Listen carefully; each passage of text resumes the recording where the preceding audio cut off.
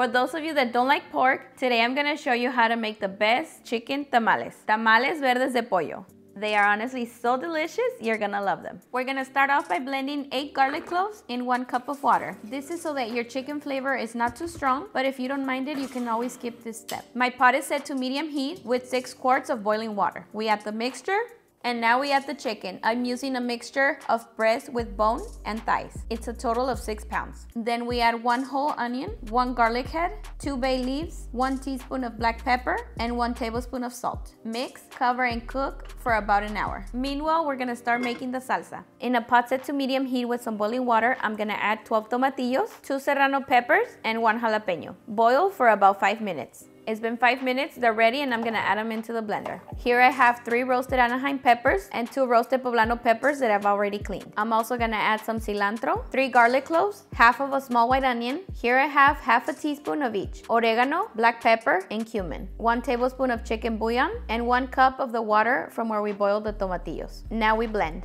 It's been an hour, our chicken is ready. I'm gonna remove it from the pot and let it cool off before shredding. I personally like to remove the skin, but if you like it, you can just leave it. Now in a pan set to medium heat, I'm gonna add some oil. I'm gonna fry half of a small white onion for about a minute.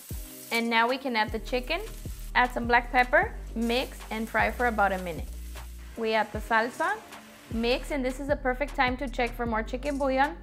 Mine needs a little bit more. I'm gonna add about another tablespoon. Let it simmer for about 3 minutes. We turn off the heat and set it to the side. Now we can start working on the masa. To my stand mixer, I'm gonna add 1.5 cups of lard. Beat it at medium speed for 5 minutes.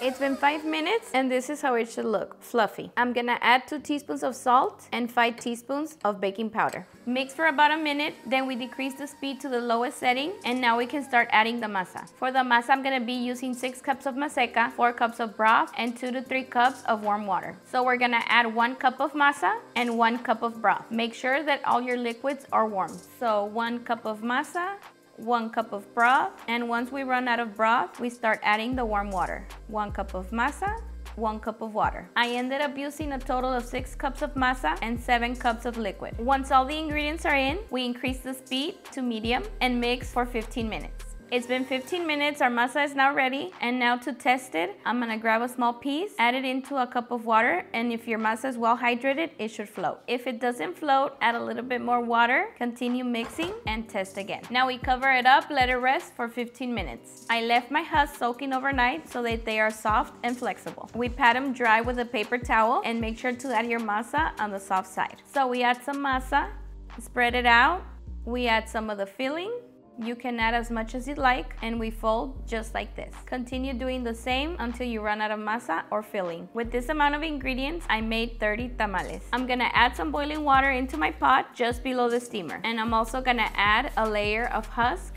And now we add the tamales standing up just like this. Once they're all in, we add another layer of husk and a wet rag on top. Cover it up and we can start cooking. I set my pot to medium heat and we cook for about 2 hours. It's been 2 hours, our tamales are ready. I'm gonna get some out and let them sit for a couple of minutes. You know your tamales are ready when you open them and they slide right off the husk. If you've never had green chicken tamales, you definitely need to try them. I like to top it off with some salsita verde. You can also add crema mexicana or cheese. All right guys, now for the moment of truth. Cheers! And there you have it, delicious tamales verdes de pollo.